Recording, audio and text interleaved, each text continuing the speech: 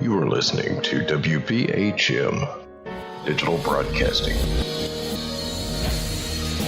the best in paranormal talk radio.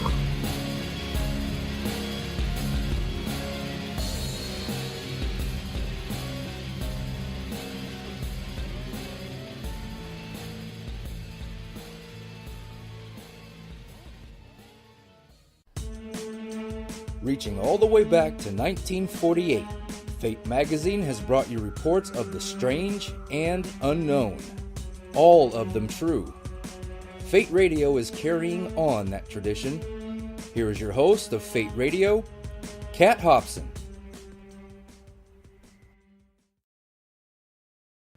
Good evening. Welcome to Fate Mag Radio here on WBHM Digital Broadcasting out of Birmingham, Alabama. You're being brought this show tonight live from Gulf Shores, Alabama, vacation capital and snapper fishing capital of the world today because the season just opened.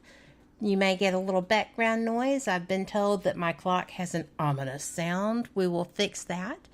But thank you so much for joining us. We are the online voice of Fate Magazine, the only anomalous publication in print since 1948.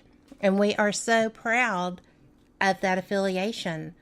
If you're not a subscriber, why not? You're missing some fantastic stuff. Go check it out. You can listen to us there at www.fatemag.com. And you can also renew your subscription. Just saying. I am so fortunate tonight because I get to talk to someone who is not only a brilliant author, one of the best storytellers I've ever heard, ever. He is, people don't really believe me until they hear him too, but as far as being a fantastic raconteur, he really is, in my book, second only to Mark Twain, and I have listened to a lot of people imitate Mark Twain. Lewis doesn't. Lewis is Lewis. So, Lewis O. Powell IV, who is the author of the Southern Spirit Guide's Haunted Alabama. And I'm going to tell you, he hit every note. We've also investigated together. He is a guide with the Haunted Birmingham tours. He is working on his Haunted Georgia book and the stories coming out of there, especially in his home area. I hope he shares those with us tonight. But I would like y'all to welcome Lewis O. Powell IV to Fate Mag. Hi there. Hey, thank you for having me. Well, thank you for being had. I am so looking forward. We have not spoken as far as being on the air for some time now. Right. I've kind of found myself in a little bit of a research hole, and when I get in these research holes, I kind of block out the rest of the world. But they pay off. Yes, indeed. Indeed, they do. Your research is impeccable. Well, thank you. Thank you very much. I've really had to put a lot of my research skills to use lately. I'm currently working on a ghost tour for my hometown. And I was issued an invitation by the Troup County Historical Society here in Lehgends, Georgia. And they asked me to put together a ghost tour. And I've always had a dream of doing a ghost tour downtown. I just wanted to be in a situation where I had the backing of a group like the Historical Society. And now that they have issued this invitation, I've been deeply involved in quite a bit of research, researching these various locations and researching some of the strange history that has occurred here in Lehgends. Oh, I cannot wait. You know I'm going to come down there and take that tour, right? Oh, sure. Please do. I can't wait. I am so happy for you. Well, thank you. I'm very, very excited. I mean, this is really a dream come true to be able to tell the stories of my hometown and even some of the stories that I have growing up here. Well, I think that probably your enthusiasm for your work is what first drew me to you. I think Well, the first time I interviewed you was what, 4 years, 3 or 4 years ago. yes, yes, And that and was, you were brilliant then too. well, thank you. Um, but I think you interviewed me not long after I had issued my Haunted Alabama book. That was back in 2015. I issued it as an ebook, Hmm. and I always tell people the sales were spectacularly terrible. and But that so then, changed. yes, and then I had to end up going back and completely redoing it and creating the print version, which is still in print thanks to Amazon. And uh, so I've done very well with the sales for that. It's still not as great as I would like, but I do have fairly decent sales on that book. Well, I tell you what, to be a first effort, I just couldn't believe. When I talk to people, no matter where I am, they know you as Southern Spirit Guide. Your blog Yes. is infamous. So I think Well, that's kind of I fun. hope it's not infamous. Maybe well known, but not infamous. It's kind of infamous, Lewis. I kid. It actually is Yes, well known. And when people that I talk to, like at different cons that I go to around the country, right. they're just kind of like, the Southern Spirit Guide? I said, well, yes. He wrote Haunted Alabama. How could I not know him? But on top of that, he's my friend. Yes, So, and we've investigated together. I was so excited the first time that I walked into the Comer Museum in Sylacauga, and there you were. yes, yes. And it was great meeting you. And I still think about you giving me that personal tour and walking in. I think it was a little cabin in the basement, a recreated cabin. And I just remember walking in there, and there was so much energy and it was kind of off the charts. I mean, I look at it that if I'm feeling energy, then there's really something there. Generally, I don't really feel a whole lot, but I felt energy that night. And also, when you introduced me to the haunted doll, Harriet, I think her name is. She has her own brand of energy, doesn't she? Oh yes, yes. And I just remember I took a look at that and said, I don't really like that. And I think you warned me about saying negative things in front of the doll that she's not very appreciative of those. Well, she's really not, and she does. I mean, I get EVPs from that doll often. I get Right, right. EVPs through almost all of that museum, and it's really funny because we Mhm. were there. I think it was the same night that you were, and Okay. we were up in the gym neighbor's room who had not Mhm. passed at that point, and we were still Yes. getting people talking about him in his memorabilia room. He's from the Sylacauga area. That was Right. a little bit of a Twilight Zone moment. Oh yes. Yes. I actually had a similar experience in working on this ghost tour. Um, there is a small Civil War era fort in West Point, Georgia, a place called Fort Tyler. And it was involved in a battle actually some days after the official surrender at Appomattox. And General James Wilson's troops, who had swept through most of central Alabama and had destroyed many places, they ended up entering West Point, which at that time was a fairly important railroad town. And they attacked this small fort that was mostly being manned by, old men and boys from the area, because most of the men of soldier age were, of course, off fighting.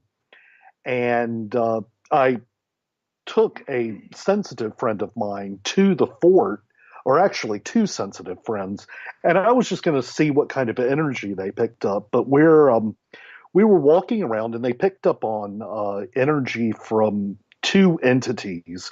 One we think may have been General Tyler, for whom the fort was named, and he died there during the battle. And then there was a young lady that ended up going into the fort after the battle to retrieve the bodies of the fallen Confederates. And there was a sign there that had her name on it and told a little bit of that story. And so we're standing there talking, and they had picked up on this female energy. And someone looked down and said, "I think it might be this person." And they pointed to Ann Bull's name. And so we talked a little bit about the energy and about the entity. And one of the sensitives said, he looked at her name and he said, "I don't think that there's more to her name than just Anne. It's like Annalise or something." Well, the next day, I'm at the archives doing some research, and come to discover this woman's name she was referred to as Anadelia. And just the fact that someone picked up on that, and all the way down at Fort Tyler, is really, to me, was kind of cool, and it certainly gave me chills. A little freaky. Yeah, and we think that she may be the female spirit that is still kind of in residence at Fort Tyler. But I'm certainly telling the Fort Tyler story, even though the tour is taking place in downtown LaGrange. But I think it's a really incredible story. Certainly it is. Oh, yes. Well, how many stories do you have lined up for the LaGrange tours? At the moment, well, I haven't really counted. Let's see. Trick question, Lewis. I'm sorry. Not a problem. I think it's somewhere in the neighborhood of like 18 stories. Mercy. And looking at that, I think that may be too much. But I'm just trying to make sure I have enough material to fill the time. I usually have a tendency to kind of go overboard in the research and discover as I'm doing it that I have far more material than I really need. But better to have too much than too little. Yes, indeed. And at all times. Yes, I don't really want this tour to be kind of like just walking past a building and saying, "Well, that building's haunted. There's a lady in white there," and then moving on. For me, I want to know, as much of the history of this location as possible. And, my research has found me, consulting city directories and old issues of the newspaper, and coming up with some really fascinating history, and some history that hopefully will set some facts straight. One of the locations that I'm covering, and I just did a whole article about it on my blog, is the LaGrange Art Museum, which is downtown, and it was originally constructed as the county jail. And for years, I always heard stories that the building has a tower on the front of it, and people have always said, "Oh, well, that's a hanging tower," and that there were hangings that occurred there. Well, through my research, I have discovered that that tower was never used for hangings, though I still can see people online talking about, oh, well, that's a hanging tower. But the executions, and there were 5 of them that I have looked into, they actually took place in the cell blocks, which is a really interesting detail. And I actually have an article from the Atlanta Constitution criticizing the Troup County Commissioners for actually conducting these executions in the cell block. And they talk about the fact that not only do all of the inmates, I mean, they're essentially forced to watch their fellow inmates be put to death, but that they would build these gallows right outside the cell of the condemned. And so the condemned person would literally have to live for several days, under the shadow of this gallows. And that's just a really horrible image. It is a horrible image, but then again, these were not nice people that were being executed either. Indeed.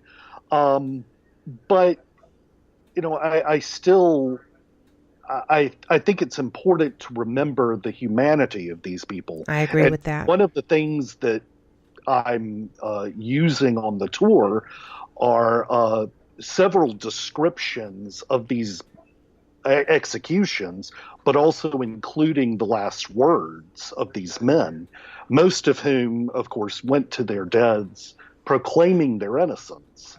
And in fact, I took one of my sensitive friends to the museum, and we walked through, and we encountered an entity that he said the man was proclaiming his innocence. So even from from that eternal plane beyond, you have somebody who's still saying, I didn't do this. Wow. I think one of the saddest little descriptions was the final man to die, who had he was involved in a shooting of the Troup County sheriff that killed the sheriff.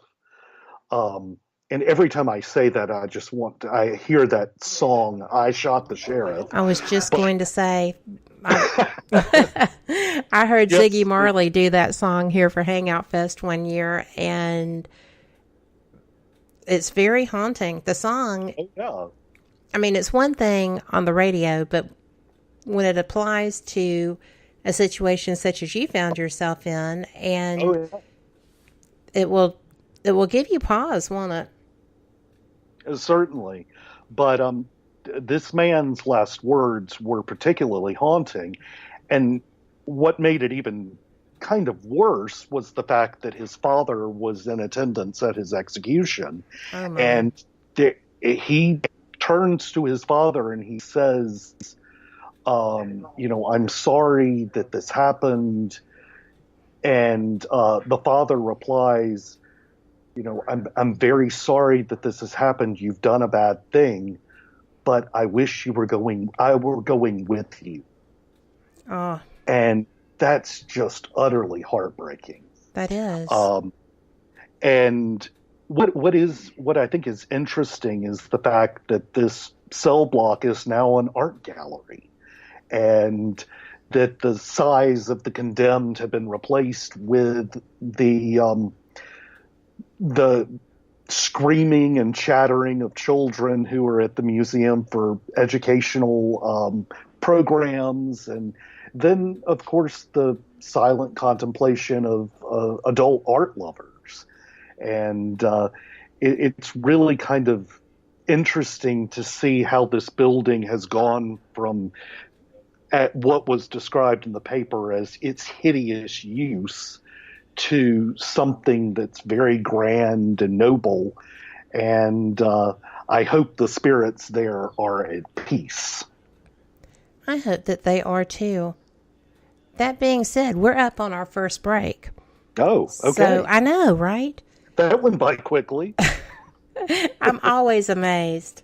But every time we talk, it does. We will be back in just a bit with our guest, Lewis Powell, and he will have more of his experiences and research to share with us. So, y'all come right back.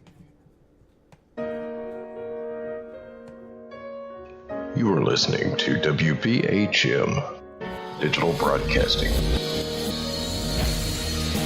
The best in paranormal talk radio.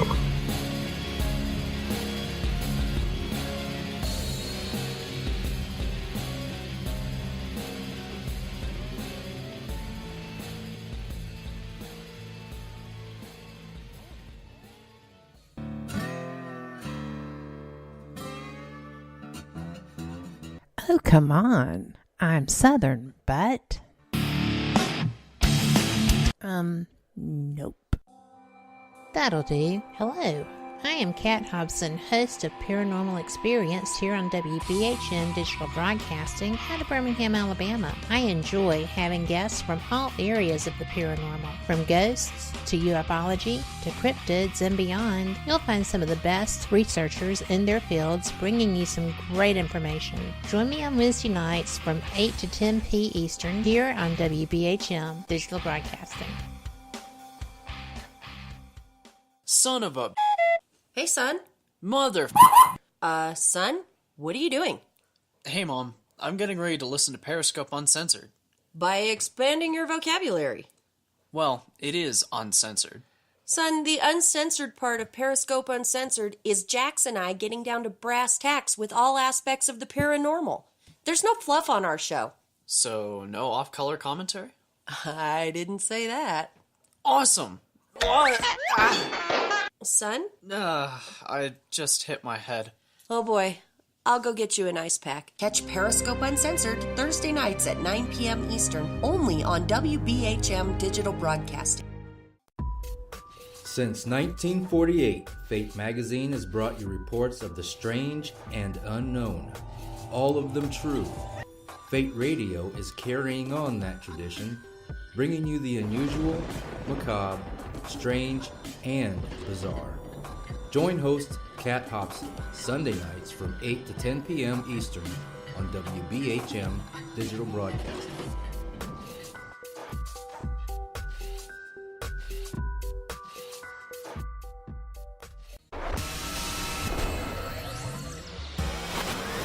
You are listening to WPHM Digital Broadcasting, Birmingham, Alabama.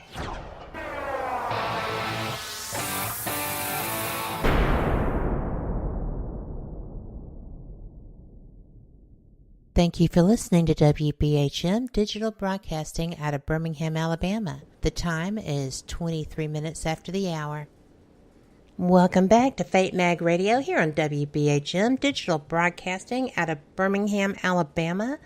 I am so enjoying this show so far, and I'm sure you are too. This is Lewis O. Powell IV. Lewis is just a fantastic storyteller. He is a haunted tour guide. He is an author.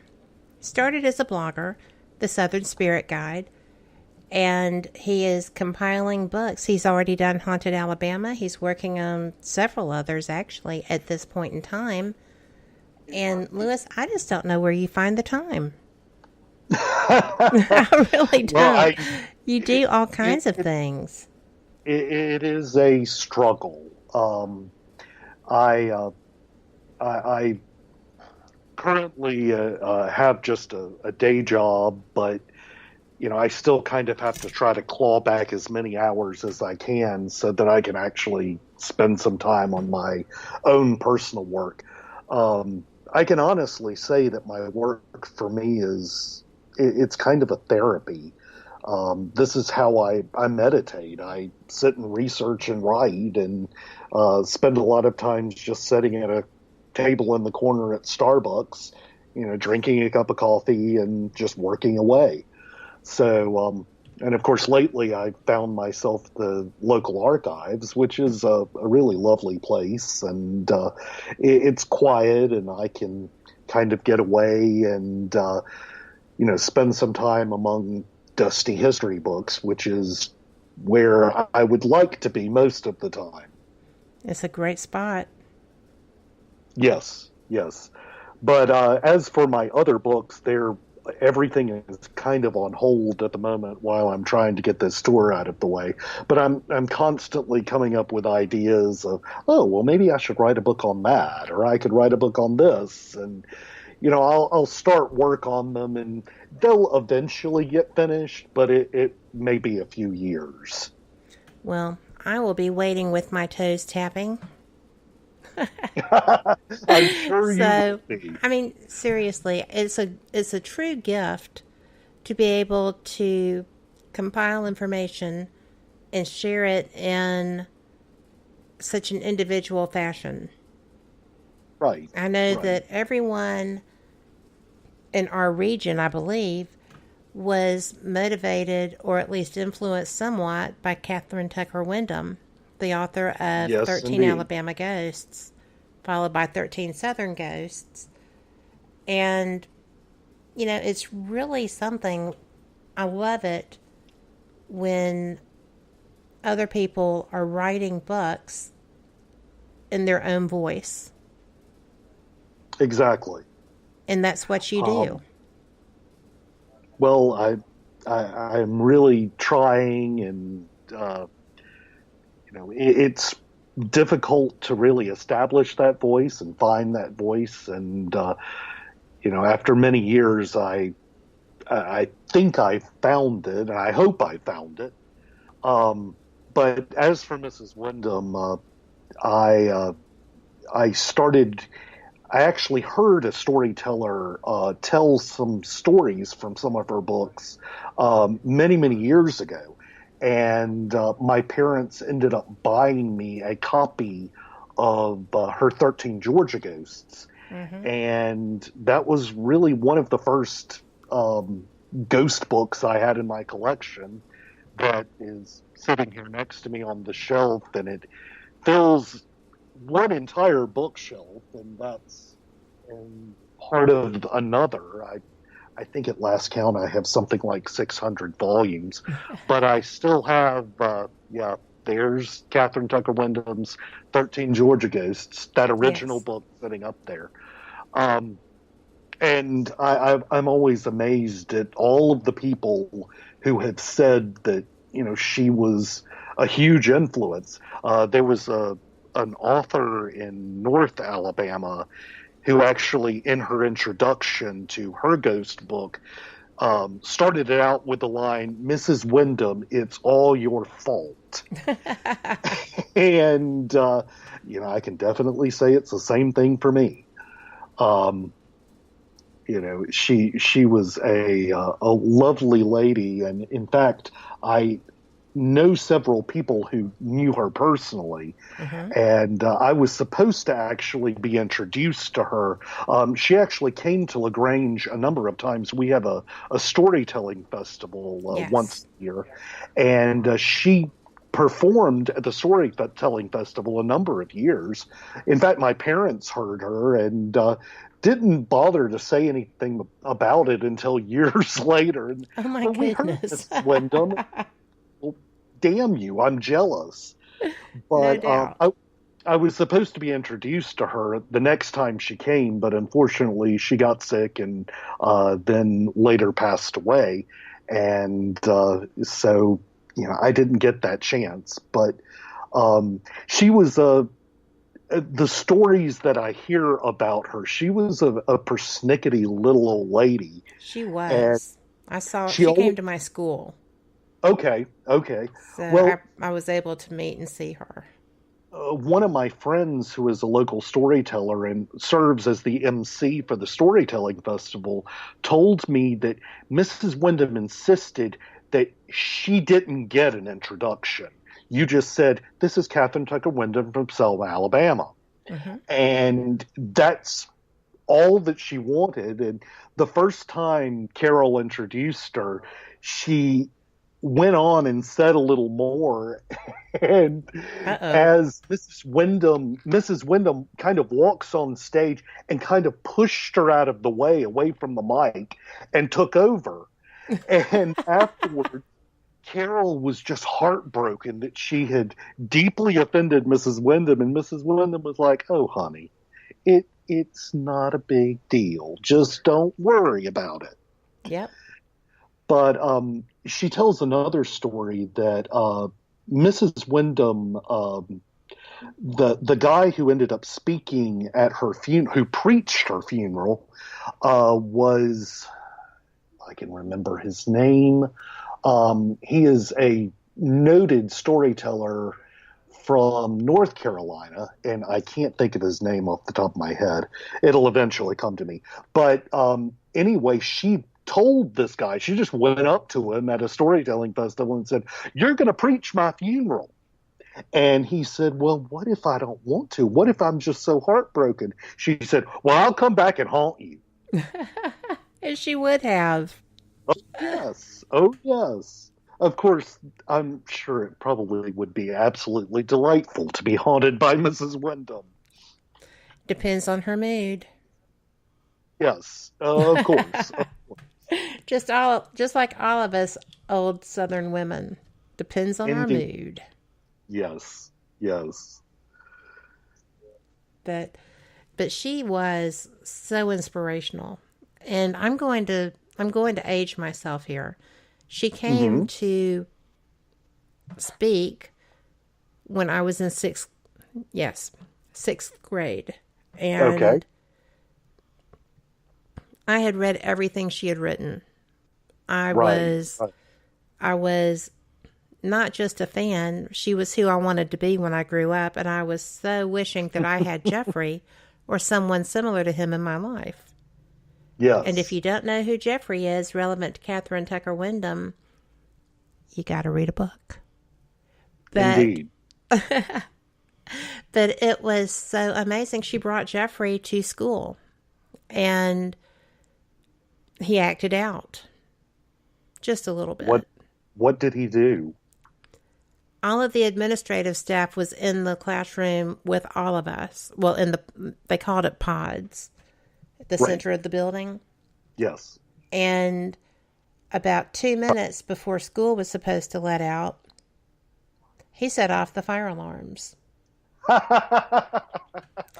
And it was... Of course he did. It was so amazing. And she looked over, and I had a chance to talk to her.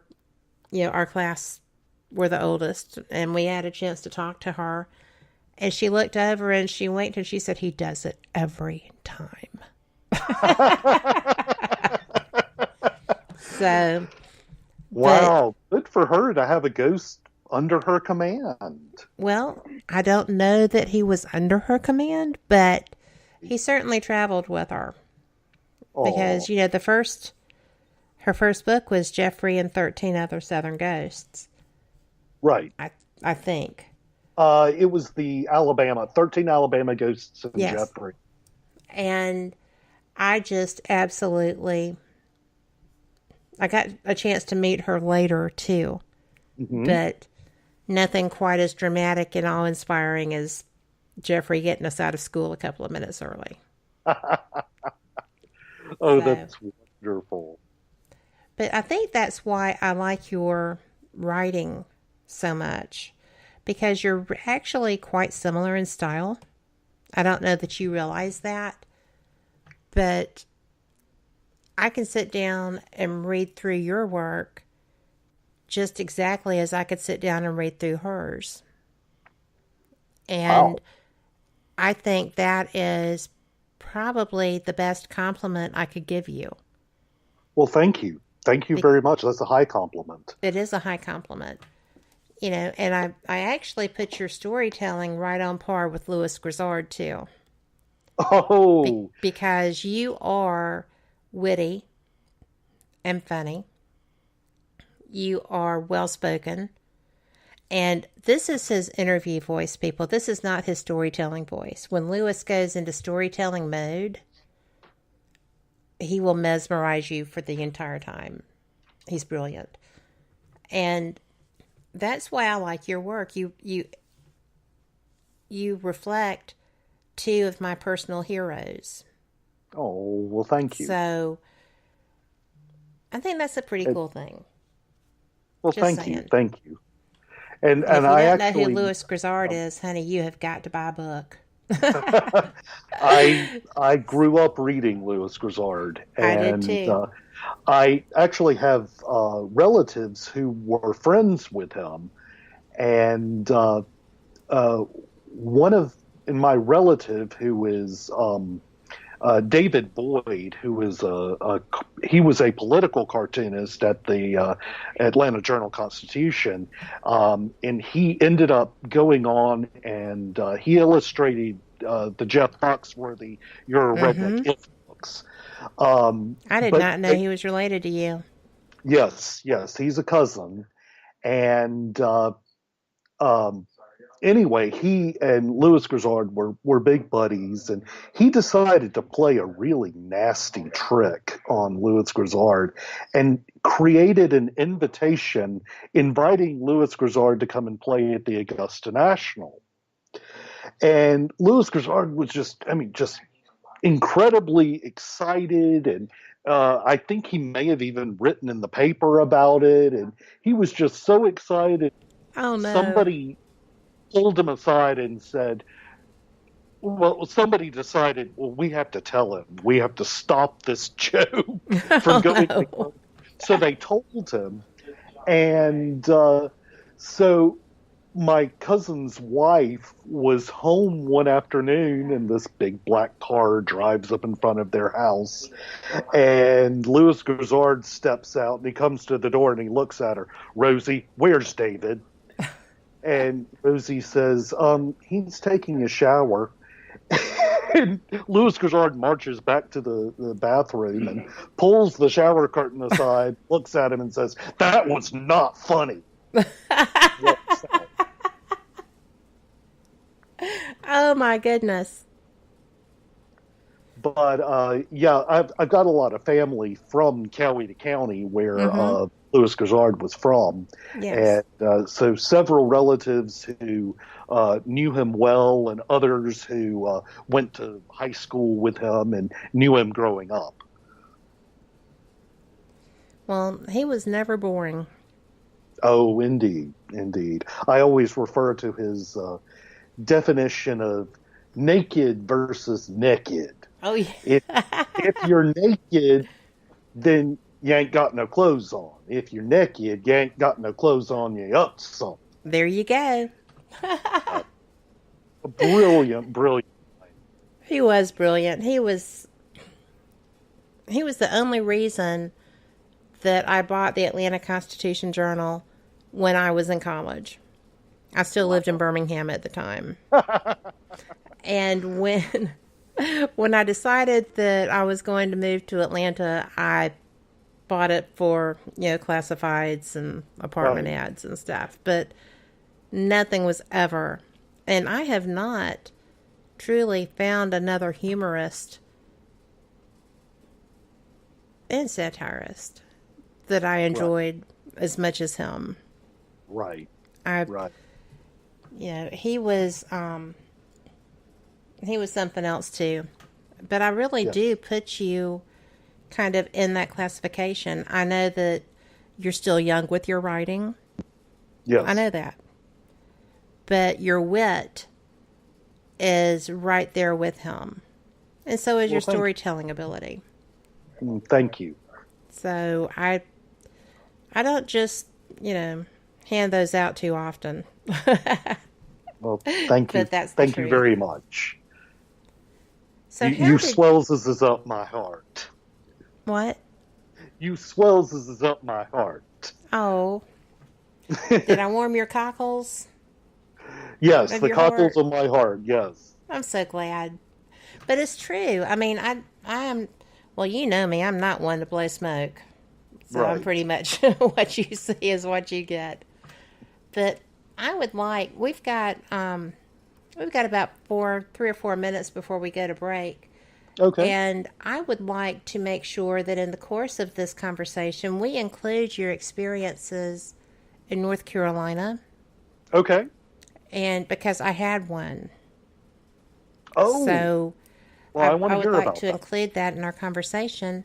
And Okay. also how you actually decided that paranormal and oddities were what you were going to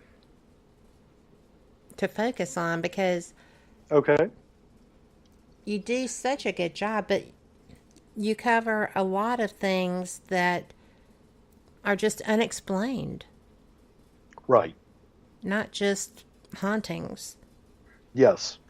So, lest people think that this is just ghost paranormal. I mean, there's all kinds of paranormal. Right. But what is your favorite ghost story from the South written by somebody besides you? Oh, wow. Um,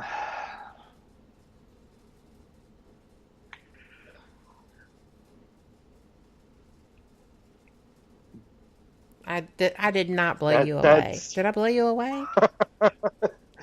well, that's not something I've really thought a whole lot about. I have so many stories, and it's kind of hard to just pick one. Um, Is Places there that a I villain or haven't. villainess that strikes a chord from any of Uh, them? oh, certainly. You've got Jean Lafitte, who is featured in so many stories out of, especially Louisiana, but Mm-hmm. occasionally stories out of even South Alabama and Yes. Mississippi. Um, I think one of the more fascinating places that I've read about that is possibly associated with him, um, and suddenly I cannot think of the name of the house, but it is a plantation home in Sunset, Louisiana. Um, Let me see. Google is my friend. Google So, is always my friend. I tell you what, while you're looking that up, though, we can go ahead and take a break. We're about 30 seconds what? out from it. And when Ah, we come back on the flip side, we're going to go and find out. okay. So we'll see you Okay. then. Okay.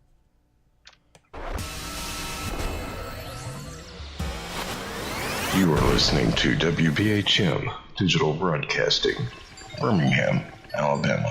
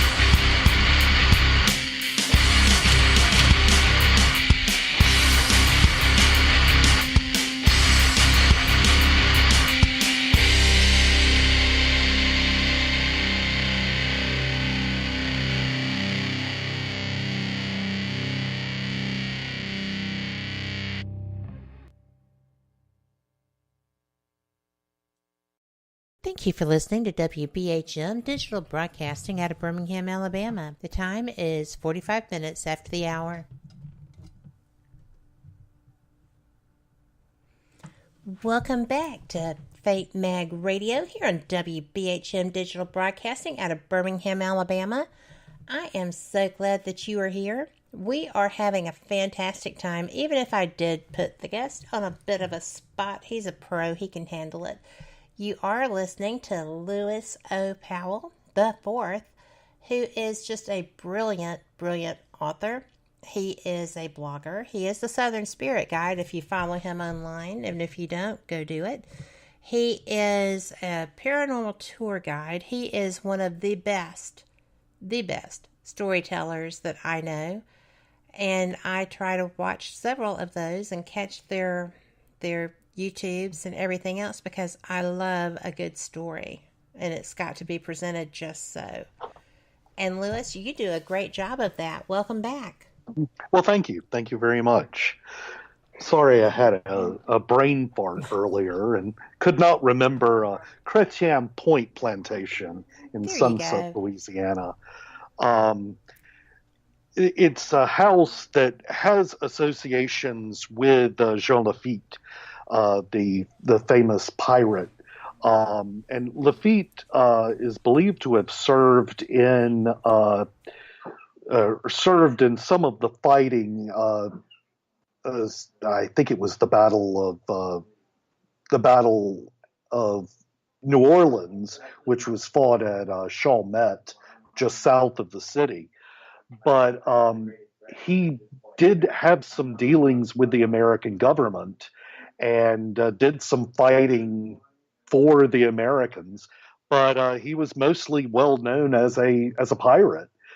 But he actually was friends with the man who built Chrétien Point, Joseph Chrétien, and actually it is believed that Lafitte would even keep some of his stolen goods on the plantation and hide them away at the plantation. Well, in the this was in the 1840s. The owner of the plantation, Joseph, had died, and his wife had taken over the plantation. His wife, Félicité, and she was really doing a very good job conducting the business of the plantation. And she was awakened one night by thieves who had heard these rumors that, she had gold in the house and that Lafitte had hidden some of his stolen goods in the house. And she hears someone coming up the stairs. So she stepped out of her bedroom, and there coming up the stairs is a man.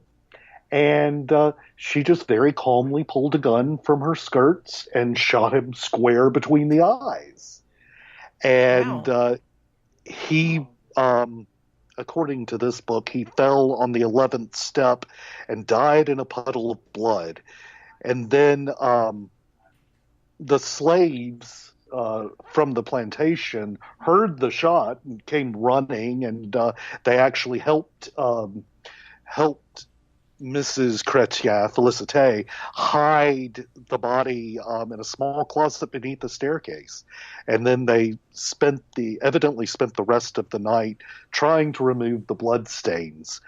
But there is evidently a lot of activity right around that staircase, and people have seen the ghost of Félicité and her daughter Celestine in and around the house, often appearing as ladies in white. But that's a story I've always liked, partially because, it kind of shows that the strength of the Southern woman, the steel magnolia, if you will, who is able to take the reins of her husband's plantation upon his death and run it very well, and then so ably protect herself when she and her property were threatened. it's a really kind of a fascinating story that speaks to the resiliency of Southern women. And people often think, and I have had someone make that mistake in a corporate structure, that because we sound the way we do, Right. that we must be simple-minded, or we must not be strong-willed, or Exactly. we must be those that kowtow to our men, or different misconceptions. Right. They always make that mistake to their detriment. Yes. And I just kind of chuckle when I realize that someone is doing that, because it's such a bad decision. Oh, certainly. Never underestimate women anywhere, but just because we sound Southern does not mean that we are slow. We just talk slow. Oh, yes. Exactly. We and will still actually, rock your world. and there was some research that came out recently on the Southern accent. And this linguist was looking at the fact that the Southern accent is likely descended from the accents of 18th century Britain, and that over time that accent has become what we hear as the Southern accent. And the fact that there is this relationship between this aristocratic accent of the 18th century and today's modern Southern accent is very compelling. And especially when you do happen to meet, kind of hillbilly types. And, it's strange to think about the fact that they are really descended from the aristocrats of Europe. And surprisingly, much of their culture is as well. Everything from the ballads that were preserved in Appalachian culture, many of those ballads are Elizabethan in origin. And even the square dancing, which of course, developed in that part of the country. Square dancing is actually just a modern day version of the old courtly dances of Europe. And Well, yes, it's fascinating to see all of these parallels in Southern culture.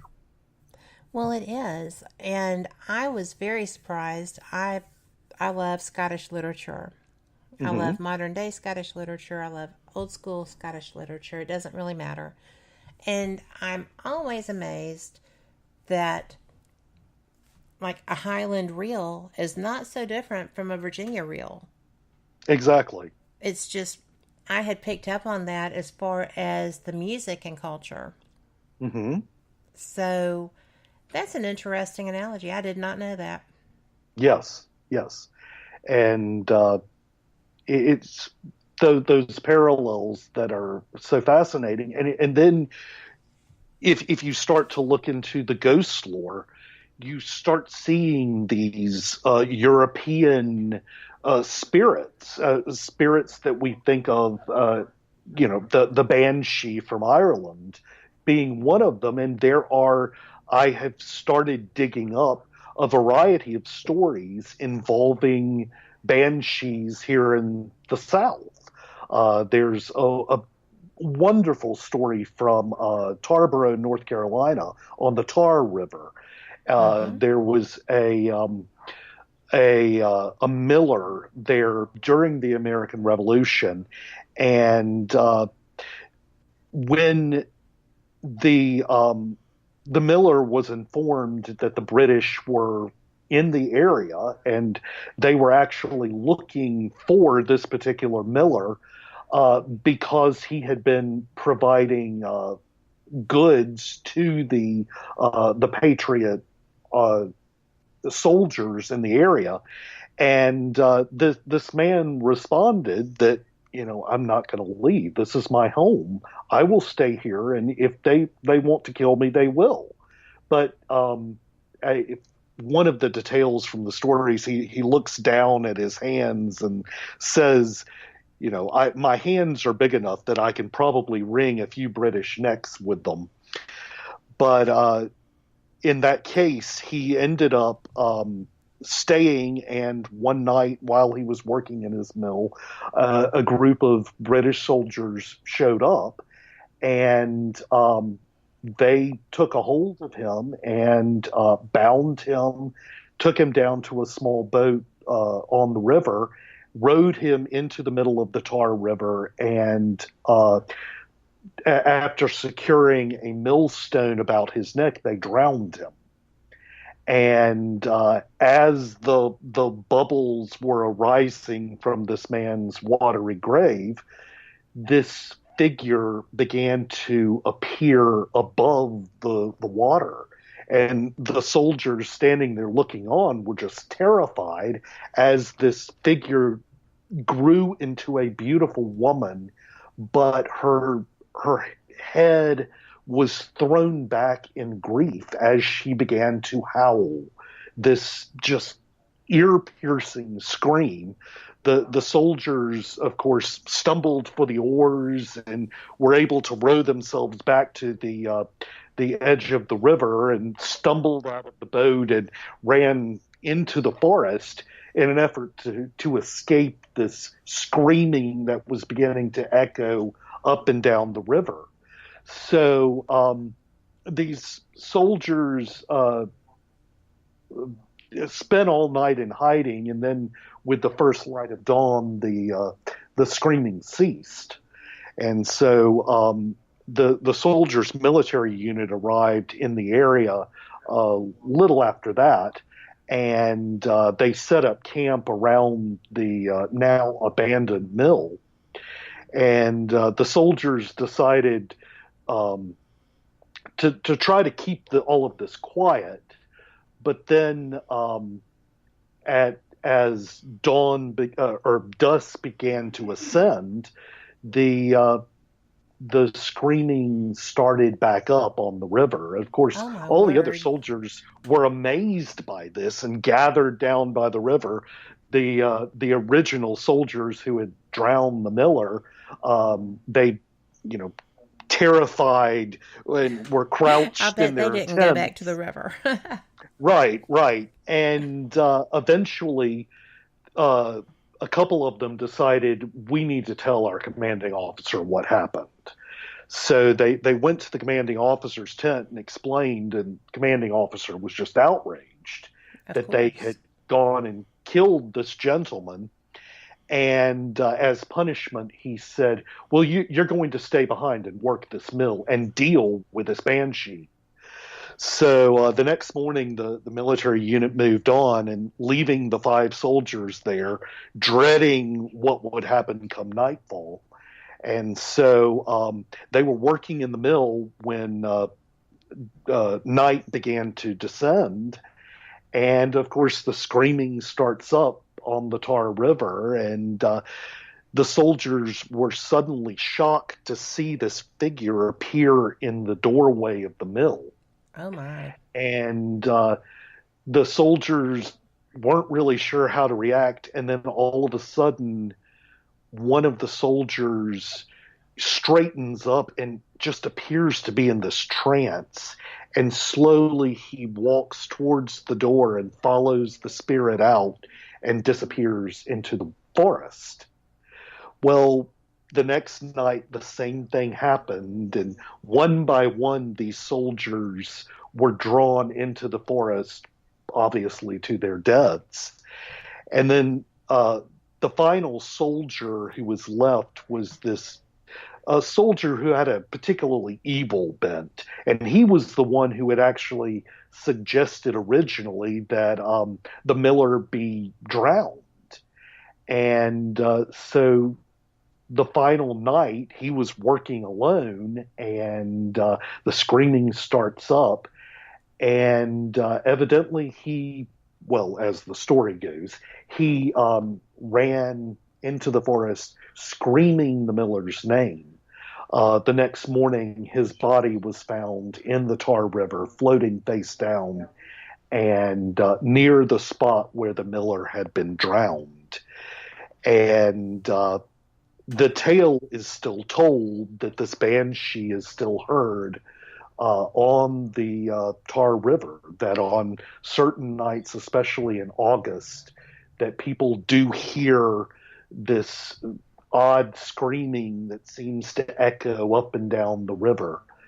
And so that's the tale of the Tarboro Banshee. But I have since come across some other stories, including one from Milledgeville, Georgia, of all places. Oh, well, you're going to have to wait.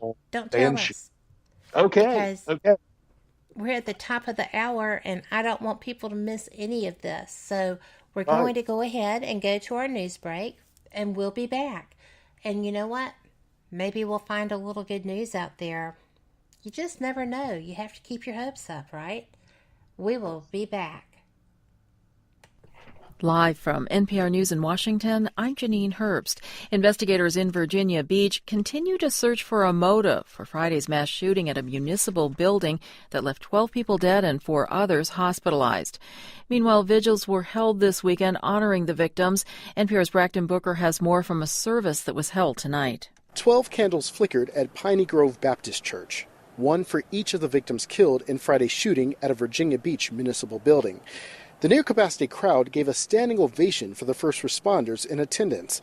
One speaker told the crowd, "There are no pretty bows to make this package better." And another added, "If there were ever a time this community needed God, it was now."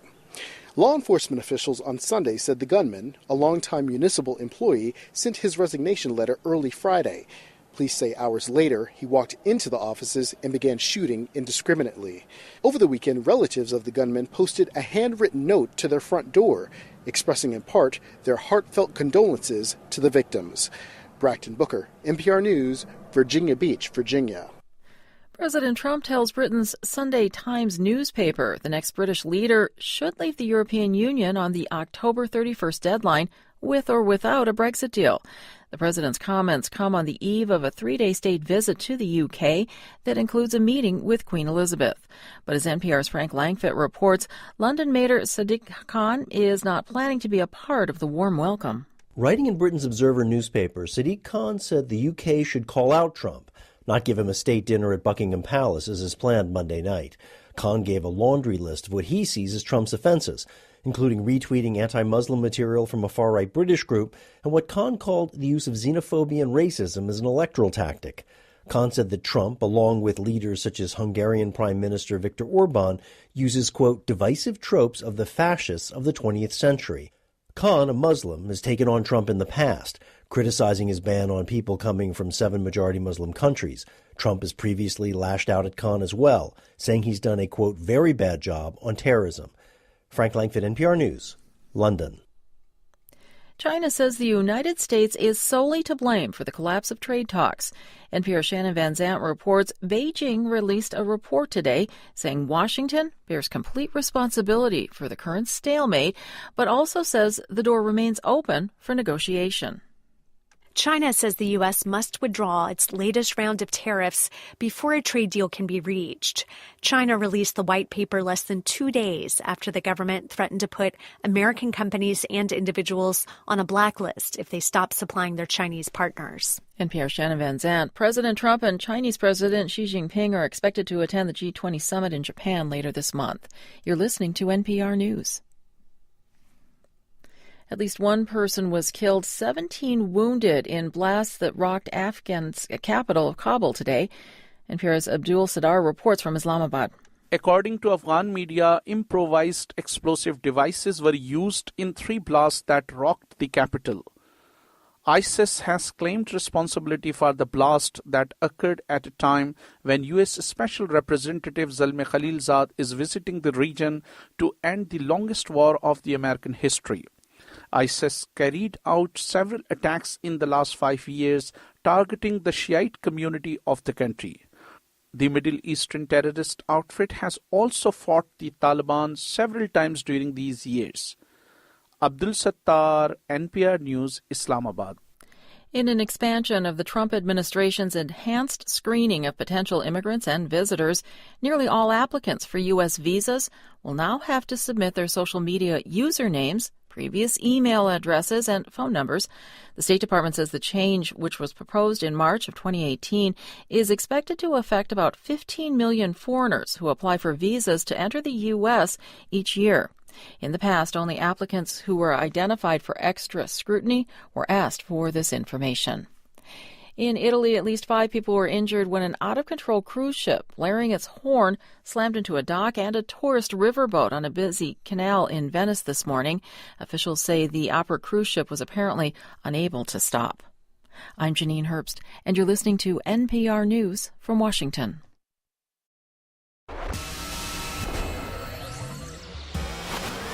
You are listening to WBHM Digital Broadcasting, Birmingham, Alabama.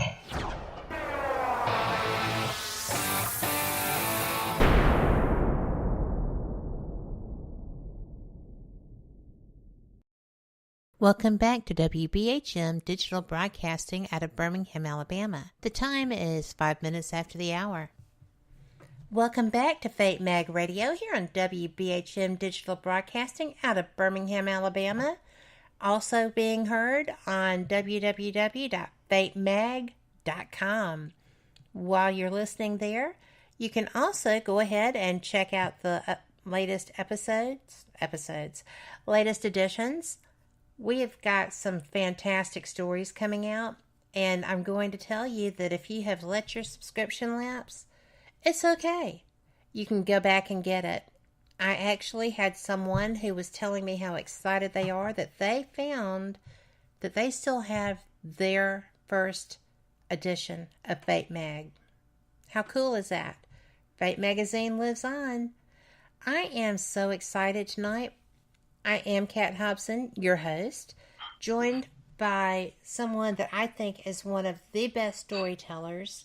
He is a brilliant researcher.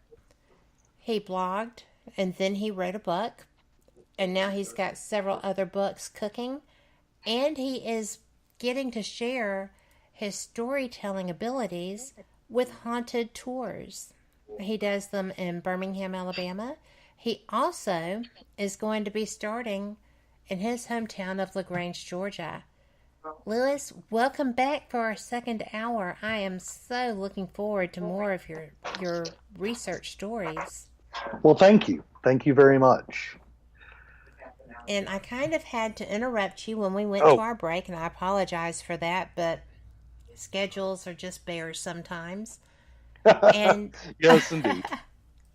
We had just been talking about the Tar River Banshee, and you were going on to tell us about another, if I'm not mistaken. Well, and this is something I just discovered. I just bought this book just a few days ago.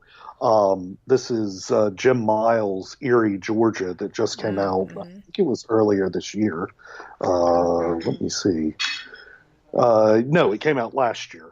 And there is an interesting story behind this book. In fact, I was supposed to write this book and had talked with History Press and had actually come up with a proposal for the book. And I sent the publisher the proposal, and they proceeded to tell me it was just ghosts, and that there needed to be other eerie stories in there. And I was kind of like, well, I do have other stories, but I'm not as well versed in other areas as I am ghosts. But so I ended up declining to write the book, and they ended up giving it to Jim Miles, who produced a great book.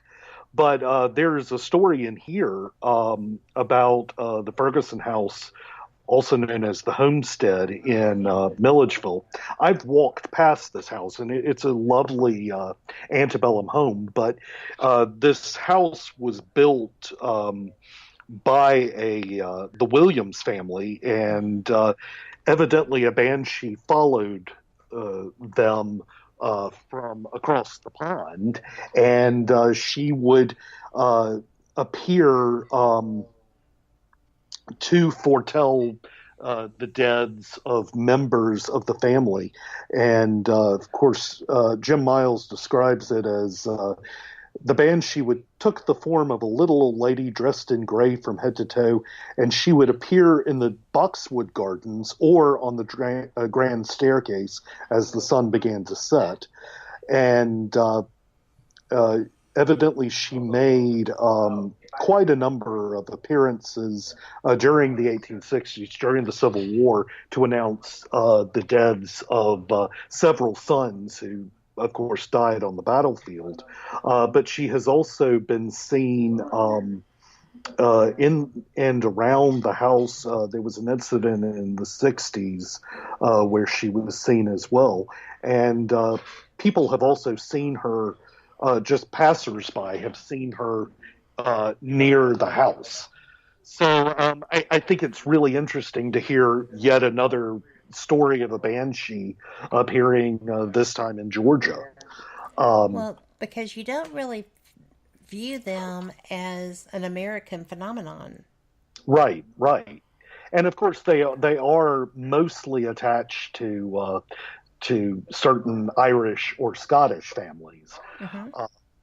But it is interesting to see that this phenomenon has followed itself over here across the pond. Unexpected. Yes. But it does make you think of, wonder at, how does the spirit world work exactly? And whether it's difficult for these spirits to actually travel, and especially to travel across an ocean. Well, there used to be old wives' tales that said that they couldn't cross water. Exactly. And of course that's what led to the idea of painting ceilings in porches, paint blue. Of course, I was visiting Montgomery and went to the little White House of the Confederacy there. Mm-hmm. And as I was leaving the house, I stepped out onto the front porch and looked up and saw paint blue. And Absolutely. I thought, oh my God. And so I turned around, went back inside and asked one of the docents, and I said, well, is that paint blue? And she said, yes, but we only use it because evidently it's supposed to keep the insects away. I had never well, it heard. keeps something away. Right. And hopefully, but that's actually universal. That's not a Southernism. Okay, I haven't believed that. It is in Key West. Okay. It is in California. Okay. It is in the Virgin Islands. Mm-hmm. This is a kind of a universal concept. I was really surprised, and it's really fun because I was able to tell my friends that I travel with often about the Haint Blue story. And I said, and if you'll look as we're biking and walking around Key West, almost every front porch has Haint Blue. Yes. And it's interesting because some are a little bit more green, some are a little bit more blue, but they're all painted. Right. It's fascinating how these things just carry all over the world. Yes. My parents just recently renovated their back porch, and my mother, I think probably out of deference to my love of the supernatural and folklore, decided to paint the ceiling of that new addition Haint Blue, as she called it. And she actually did some research, and I don't know that there's a specific shade of blue that's supposed to work better than others. But my research has always said that the phenomenon, especially as far as it appearing in the South, mostly comes from the Gullah people of the South Carolina and Georgia Lowcountry. And of course, that is a people that have a really intricate and complex and really utterly fascinating folklore and superstitions to themselves. And they're also people who, when someone dies, they will take something that is broken, or they will take something that's not broken and break it to leave on the grave as, I guess, kind of an offering to the dead. But they have some wonderfully complex and fascinating folklore surrounding death. Well, don't you find it odd that so many different cultures have traditions surrounding the one who's died, as well as what to do about it? Certainly. And yet there's so many similarities depending on, that you wouldn't think would have any correlation whatsoever. Exactly. And that's something that I talk about on my tour. We go into the local cemetery here, and one of the things that I talk about is kind of how the architecture of the cemetery was originally created as a way to kind of keep spirits in their place. You have the usage of iron, which for centuries was believed to repel spirits, though there's not really much evidence now. But over time, that developed into the usage of iron fencing around graves. And then, of course, by the time that the cemetery here was began to be laid out, it had become fashionable for those people who could afford these intricate iron fences around their grave to do so. I mean, just to simply mark out the gravestone.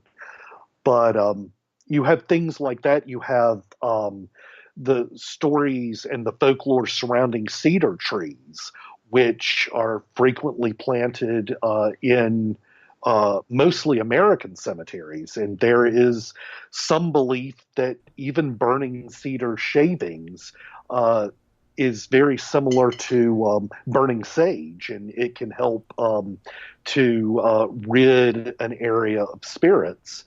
But then there are a number of Native American legends associated with the cedar trees as well, and that some tribes, the Cherokee included, may have buried some members under cedar trees in hopes that their spirits would take up in those trees. Well, there's also the legend or the superstition that you'd best not plant cedar trees, because as soon as they're tall enough to cover your shadow, you'll die. And I've come across a number of superstitions involving that if a cedar tree, if you cut down a cedar tree in your yard, that can lead to someone's death, or if a cedar tree falls and you end up cutting up the remains, that can also lead to people dying. And it's utterly fascinating. But then one of the things I've also looked into was the fact that cedar trees have a tendency to appear in places that have been recently cleared. And that may be one reason that, it's just a natural reason that these cedar trees usually tend to grow in abundance in cemeteries. But also I read somewhere that they are supposed to have shallow root systems, and so they don't really have to worry about planting a cedar tree and that invading the graves that are supposed to be 6 feet under. That's interesting. Oh, yeah. I didn't know that about the root system, but I do know that that I have planted one cedar tree. I did it as a memorial for someone. Okay. And that sucker died like within a week. Oh. So I was just like... Did you have any problems as a result? No, not that I know of. I went and planted another one. Okay. Because I am that hard-headed person and I wanted that as a memorial. But... Exactly. And it was actually in a forest not to be named. In a great spot. So, but I just found that odd. Because I do not have a green thumb. I have killed mother-in-law tongue. I'm just going to be honest. Oh. But, oh my goodness, we are at our break. How does this happen? Okay. We will be back. Thank y'all so much for being here with us, and we will catch you on the flip side.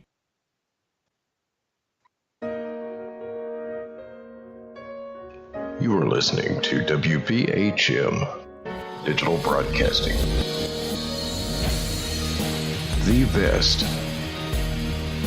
in paranormal talk radio.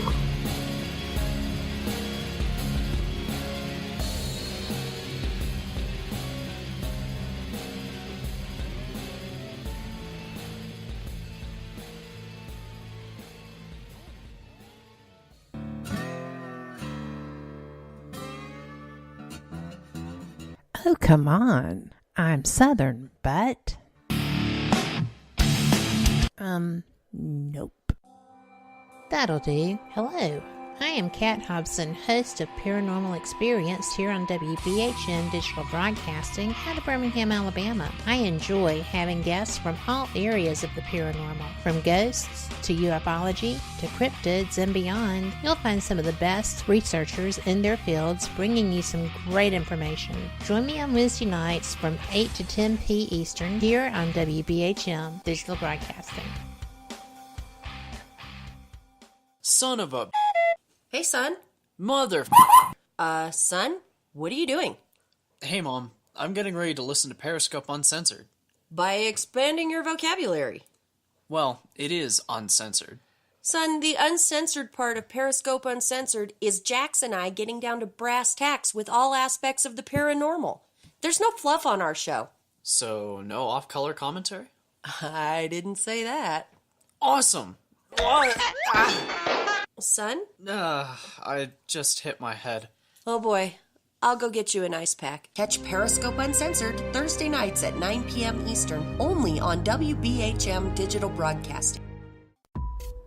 Since 1948, Fate magazine has brought you reports of the strange and unknown, all of them true. Fate Radio is carrying on that tradition, bringing you the unusual, macabre, strange, and bizarre. Join host Kat Hobson Sunday nights from 8 to 10 p.m. Eastern on WBHM Digital Broadcasting.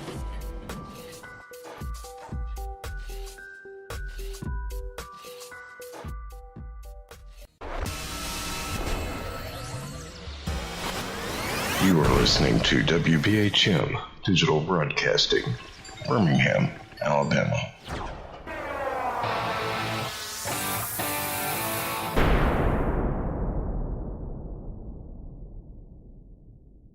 Thank you for listening to WBHM Digital Broadcasting out of Birmingham, Alabama. The time is 23 minutes after the hour.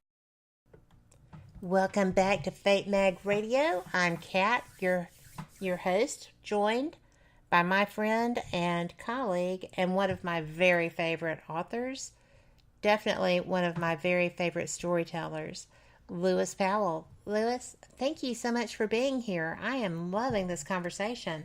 Me too. I'm having a very nice time. Thank you. Terrific. Now, we're going to shift gears a little bit here. I wanted to save this for this segment.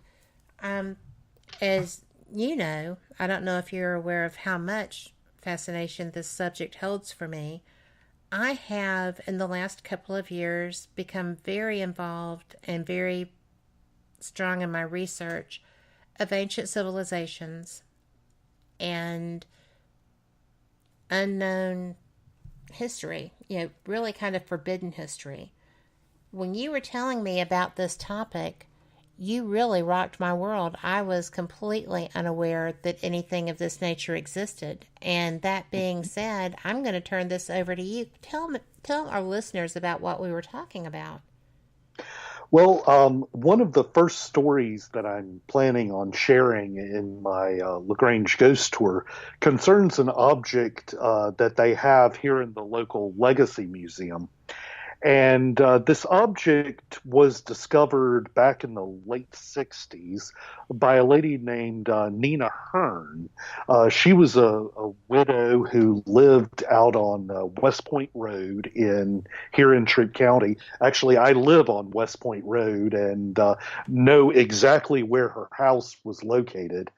But she was digging in her garden, and she would regularly come across Native American artifacts. And usually she would save these and give them to her grandchildren. And this one afternoon, she dug up this very small, kind of square-shaped rock it was kind of pillow-shaped. It was rounded on the edges, and it seemed to have some odd scratching in it. And so she saw it, and she put it in her apron pocket and later put it in a glass jar in her kitchen. And sometime thereafter, she gave this stone to her grandson. Her grandson, is, kids are usually wont to do. They will take something like that and hold on to it and carry it everywhere. And this little kid walked around with this object in his pocket for quite some time. And later he ended up putting it away in his chest of drawers. Well, a few years after he had been given the stone, his mother was doing some research for a Sunday school lesson. And she came across a picture in a book that closely resembled the stone that her son had. So she went to the chest of drawers, pulled it out, and looked, and this very closely resembled an ancient cuneiform tablet. And eventually Okay, mind blown right here. The rest of this just gets better. Well, eventually the lady happened to read about a gentleman in Columbus, Dr. Joseph Mahan. Dr. Mahan was the curator of the Columbus Museum and a noted historian.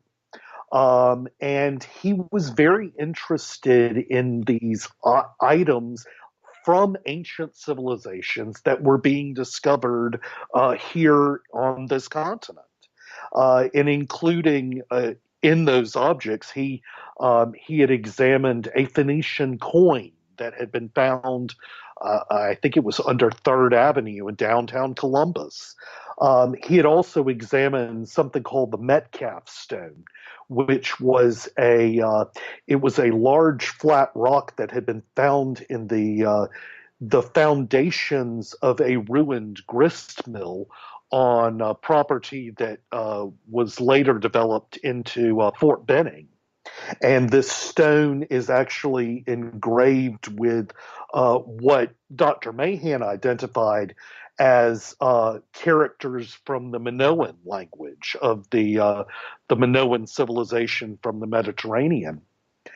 But this lady contacted Dr. Mahan and had him examine this stone, and Dr. Mahan was just blown away by it, ended up taking it to several experts in ancient languages, and they were able to translate this stone. And apparently it is a receipt for a number of sheep that were bought by a gentleman in the city of Ur to be sacrificed to one of the ancient Sumerian goddesses. And Dr. Mahan, of course, brought experts and had all these people look at this stone.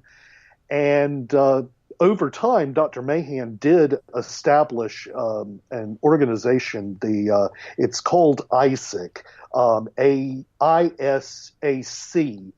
or the Institute for the Study of American Cultures. And this organization concerns itself with the idea of pre-Columbian explorations of this continent. And I believe the Institute is still in existence. I think it's headquartered out of Columbus. I do know that the Columbus State University Archives has Dr. Mahan's papers along with the papers of Isaac. I was employed in the archives when I was in college, so I do have somewhat of a personal connection to this. And in fact, I actually helped clean out Dr. Mahan's house after the death of his wife, who was also Dr. Catherine, who was also Dr. Mahan. But anyway, this stone has been examined by many experts. And, of course, some people have deemed it as being an elaborate hoax. Dr. Mahan had faith that this was truly a Sumerian tablet. And what was even more interesting is that Mrs. Hearn, when she discovered it, was able to dig up these kind of various odd-shaped pieces of metal. The stone is, in fact, cast lead. And they identified these pieces of metal as lead as well. And they had the same patination on them that was found on the stone itself. And so there was some belief that perhaps this tablet had actually been cast right there in what would later become Nina Hearn's front yard. And the stone, like I said, is now preserved in the LaGrange Legacy Museum downtown. And it has been dated to, I want to say it's 2050 BC, which would mean that the Sumerians may have been here in Troup County during the time of, I think that would have been the early woodland period for the native peoples here. And so, it does leave a whole range of questions, and questions that could very much,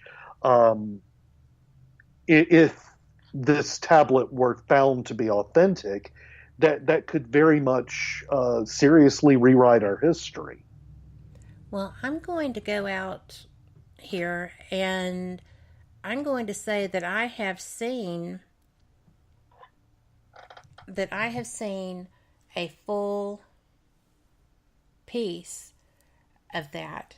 Also at Blackstone, also with cuneiform. Mm-hmm. It was absolutely mind-blowing for me. Right. I was allowed to take a photo of it. It is in the hands of a private owner. And it's actually, the stone it's on is obsidian. Okay. So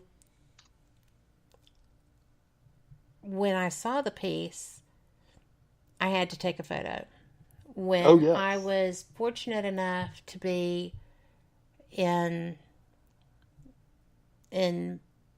Pasadena, California last year, attending the Alien Con there, right, I had several people available who were well versed in Egyptian artifacts. Mm-hmm. I spoke with a couple of them. I tried to speak with William Henry, who is someone that I know, and I wasn't able to get an answer from him. Right. I did speak with Remy Romani, who is an Egyptologist. Mm-hmm. He is Egyptian. He works with the people at the Department of Ministry of Antiquities. Right. He said that the piece that I had was written in everyday Egyptian, that it wasn't the Egyptian that the royals would use. So, Okay. but he said, would you send me this? And I said, well, it's not mine to really share. I just wanted to get information about this, but I will ask the person who owns it if they will send you a photo of it. Right. Because I'm not going to be that person, right? But I just find it so odd that the person who owns that piece is also in the Southeast. Oh, and where was it discovered? I do not know where they got it, but I know that it lives in New Orleans. Okay. So the person that has it has several antiquities. They're very much a collector of the unusual and interesting. Oh, wow. So when you said, the minute that you started describing it to me, I was blown away. I was stunned. Oh, yeah. Yeah. And I was just absolutely, I don't even know. I mean, I was overwhelmed. Right. Something like this, because I hear about all these things that are unusual artifacts discovered around the Americas. Mm-hmm. But this is the first, your experience is the first actually that is documented to have been found in North America of a Sumerian cuneiform that I'm aware of. Right. I believe there may be some other stones that have cuneiform, but I think this is one of the few. It definitely is one of the very scant few cuneiform tablets. And if you'll check your messenger, I just sent you my picture of the Hearn tablet with in the display case, and it has a blown up photograph of it behind it.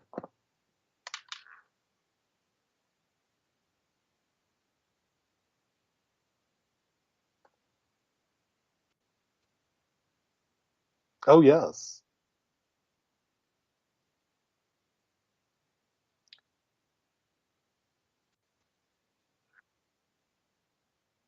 Right. Oh, yeah. Yes.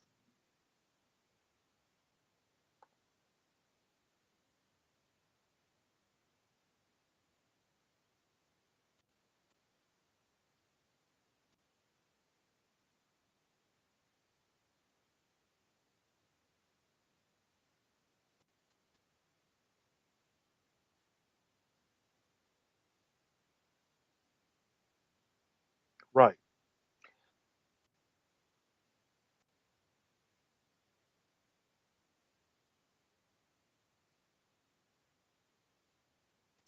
Well, right. Right. I I'm I kind of sit on the fence. I'm not really sure what to believe. I do know that even at the archives, there are some members of the staff who think that it's authentic, and then other people kind of see that and just kind of laugh, and I don't really know what to think about it. But I don't really know. I'm still working on the research to find out more about it. I do believe that they had tried, or they had considered, radiocarbon dating, but because it's lead, they would have a problem dating it. I don't remember exactly what was going on there.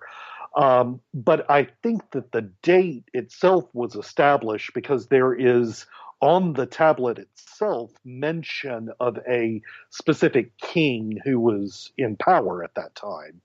And so they have dated it, I think, based on that the use of that king's name. But then again, I'm not even sure if the translation is exactly accurate, because I've seen different sources that have argued that, well, it says this, and then other people say this. It seems that the most commonly used translation is the one talking about it being a receipt for sheep to be sacrificed to this god. But even then, I'm no expert in cuneiform or any of this ancient history enough to be able to decipher that myself. Well, I will tell you that the image that you sent me is quite different from the piece that I saw in New Orleans. Okay. The writing is different. This is actually more shapes. Mm-hmm. And so you're going to have to share that, or I will share that if that's okay with you. Sure. Go ahead. In the thing for the show. Right. But this is fascinating. This is actually a great big unusual deal. Yes, indeed. I'm so glad you brought this up. Oh, I just am shocked. And because you hear about the Georgia Stones, you hear about all these other things that are oddities and unique behaviors and such as that in Georgia. Never have I heard of the possibility of a piece of Sumerian literature of any type being there. Exactly. It just seems so out of place, right? Oh, yeah. Yeah. I mean, it's almost Twilight Zone stuff. Mm-hmm. And I remember reading about this as a kid and just being fascinated by it, and the fact that it came from LaGrange, Georgia. And then, when I was working at the archives, I was working with Dr. Mahan's papers, and I remember there was a lot of discussion about several items that he had in his collection, but they were all they had been lent to other institutions, and it just happened that the local tourism people released an article about strange things in LaGrange, and they talked about the Hearn tablet, and I didn't even know it was on display at the museum. And it just happened that they have it on display, but it's kind of tucked away in this little corner in a cabinet. And you have to open the cabinet door to even see it and to read the caption for it. But once I found it, I was rather excited that here's this item that can really kind of form the foundation of my tour. That is astounding. We have to go to break, but we're going to discuss this some more when we come back because I find it mesmerizing. Okay. So we'll be right back. Okay. You are listening to WBHM Digital Broadcasting, Birmingham, Alabama.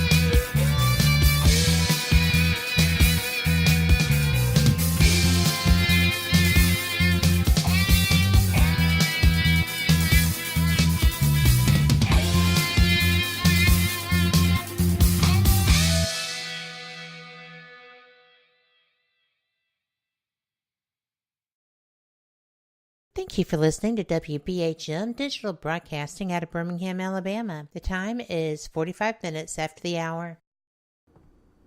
Welcome back to Fate Mag Radio here on WBHM Digital Broadcasting and on www.fatemag.com. If you're at Fate Mag, check out all the stuff. There's so much information there. We have the magazines available. I mean, it's a perfect opportunity for you. And I am speaking with Lewis Powell. I am Kat Hobson, your host. Lewis, we were talking about this surprising ancient artifact, or appears to be an ancient artifact with Sumerian text on it. Right. And found in Troup County, Georgia. And I was discussing the piece that I had seen in New Orleans, but I'm curious because we didn't address this. When they found this, was it just treated as a one-off, or has anyone tried to do any excavating in the area where this was found to see if there may have been a settlement of some type?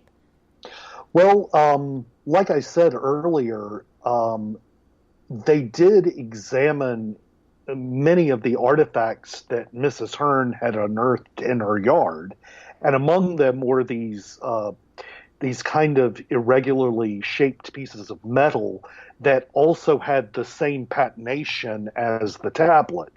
And so they believe, or they got the impression that perhaps this tablet had actually been produced right there on that site, and that these were splatters of molten lead that had just come out of that process.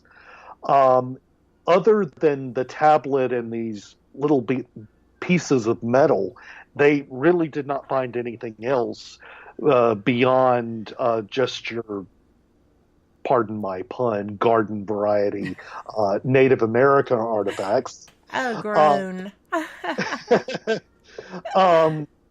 But so just the fact that they would find just this one object and maybe some other pieces of metal, you know, it does lead me to question, why the heck would there be a receipt for the purchase of sheep in the city of Ur in Troup County, Georgia? I mean, why would they even produce that here in what was just total wilderness?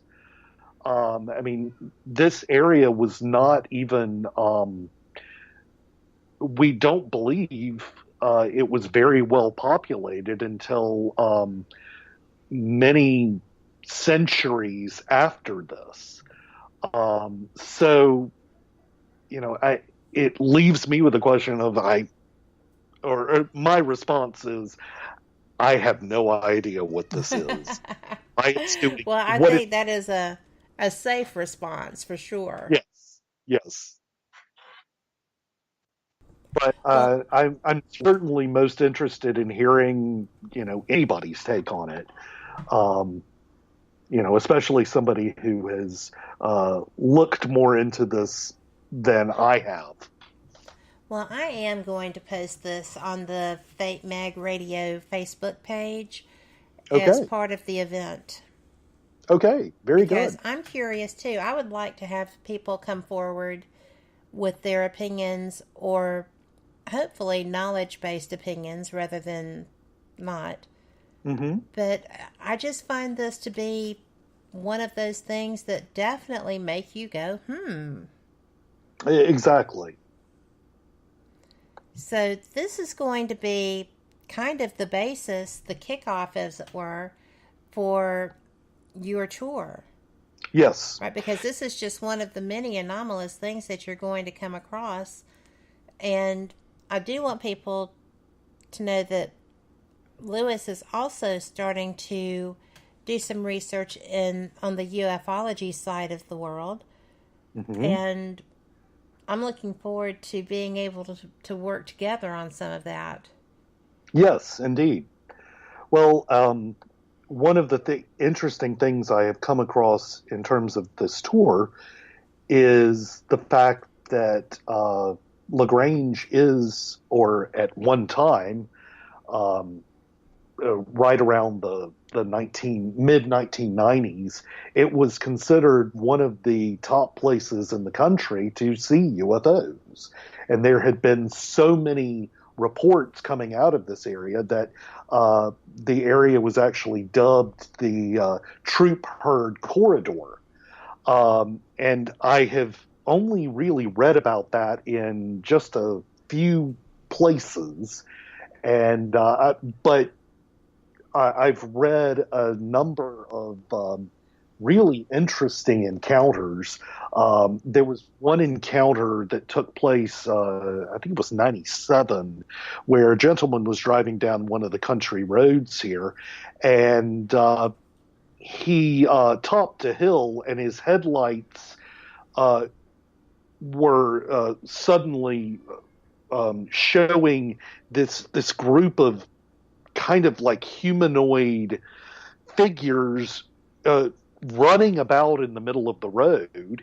Well, he put on his brakes, he turned his brights on, and as soon as he turned his brights on, whatever it was just fled away into the darkness. And there was then a person, and I don't know the date on this, but driving down the same road, this man actually happened to glance at the passenger seat next to him, and there was a large shadow figure sitting in the passenger seat. And he kind of started to freak out, and he turned away for a moment, and again, whatever it was gone. And those incidents are actually reported as possibly being UFO related. There was a gentleman here in Troup County. I'm still trying to find out if he's still alive or if he's still around. But this gentleman was a past president of Georgia MUFON. And he had collected all of these encounters and believed that these encounters out on Salem Road had were actually involving aliens. I'm not so sure that those are alien related, because there have been a number of other paranormal encounters on Salem Road. And particularly around the old Salem Road Bridge. I'm still doing the research on that to dig up those stories. Yeah.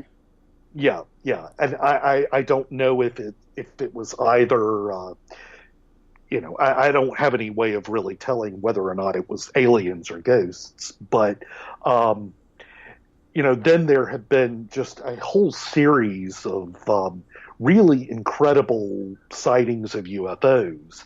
And, as a result of this tour, I'm having to look into the UFO phenomenon a lot more in hopes of finding more reports, especially from this area. Well, I will tell you that in our chat room is one of the top in the world UFO sightings documenter. I don't think that's the right word. But we have Tom Conwell listening in, and his books, they are here. Those are in 3 volumes, East Coast, Central U.S., and West Coast.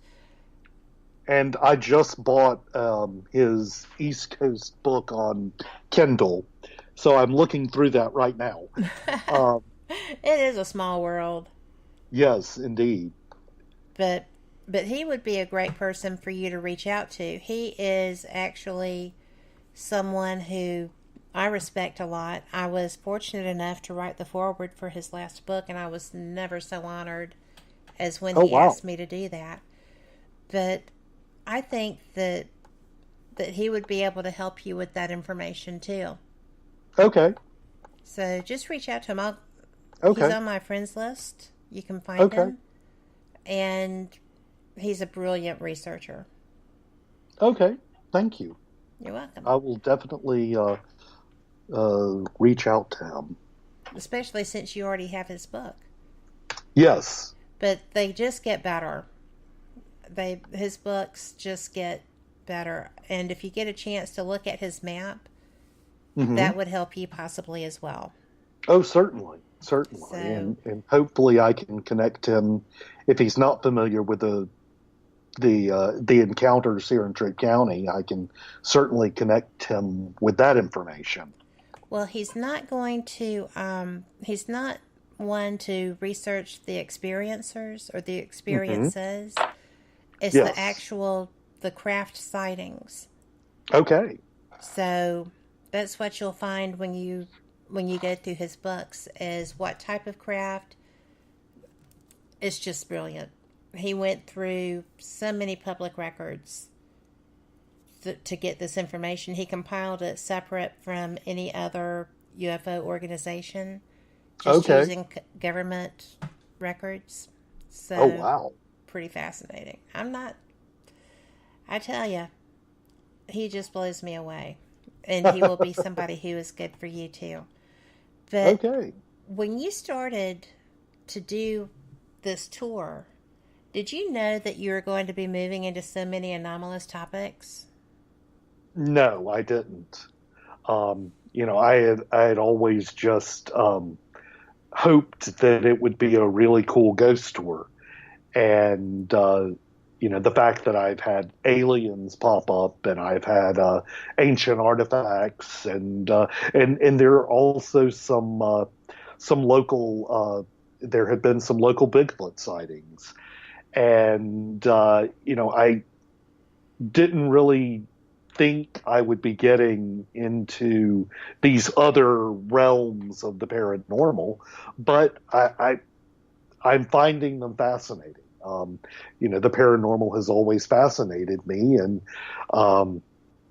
it's really been a great experience doing all this research. Well, it will open your eyes, won't it? Oh, most definitely. Well, we only have 2 minutes left, Lewis, and I would like it if you could tell people how best to find you, the best ways to get questions to you, or information about their experiences. All right. My blog is located at southernspiritguide.org. And my email address is southernspiritguide@gmail.com. That's probably the easiest way to reach me. And we haven't really gotten too deep into the promotion for my tour yet. So just be on the lookout for information on Strange Lagrange tour. I love that. I just absolutely love that name, and it's going to be easy for people to remember. And this is actually going to be down toward central to southwest Georgia in Troup County, LaGrange County. So, LaGrange County. LaGrange is the city. Yes. Oh my goodness. And reach out to Lewis if you have an experience you want to share. If you have questions about something that you feel he can help you with, he's a great source. He is an excellent researcher. He's interested, and he's fun and a really great person. So he's a good person to go to. Lewis, thank you so much for being here. This has just been great. Thank you for having. I have enjoyed thank you very much. I've had a great time. Well, terrific. And don't forget, tomorrow night is going to be a replay of the Vanessa Hogel interview with Paranormal Pride. I will be back on Wednesday night with Paranormal Experienced Radio. Thursday is going to be Periscope Uncensored with Clarissa and Jax. Friday is a big day. We start off at 5 Eastern with Paraversal Universe, followed by Ghost Talk Radio followed by Tripping the Void. So, and then back here. So thank y'all so much for your support. I hope that you enjoyed this episode, and I cannot wait to bring you even more information. Thanks again. Y'all have a great night, and you know what? Get out there and be the change you want to see. You'd be amazed at how powerful you are. Good night.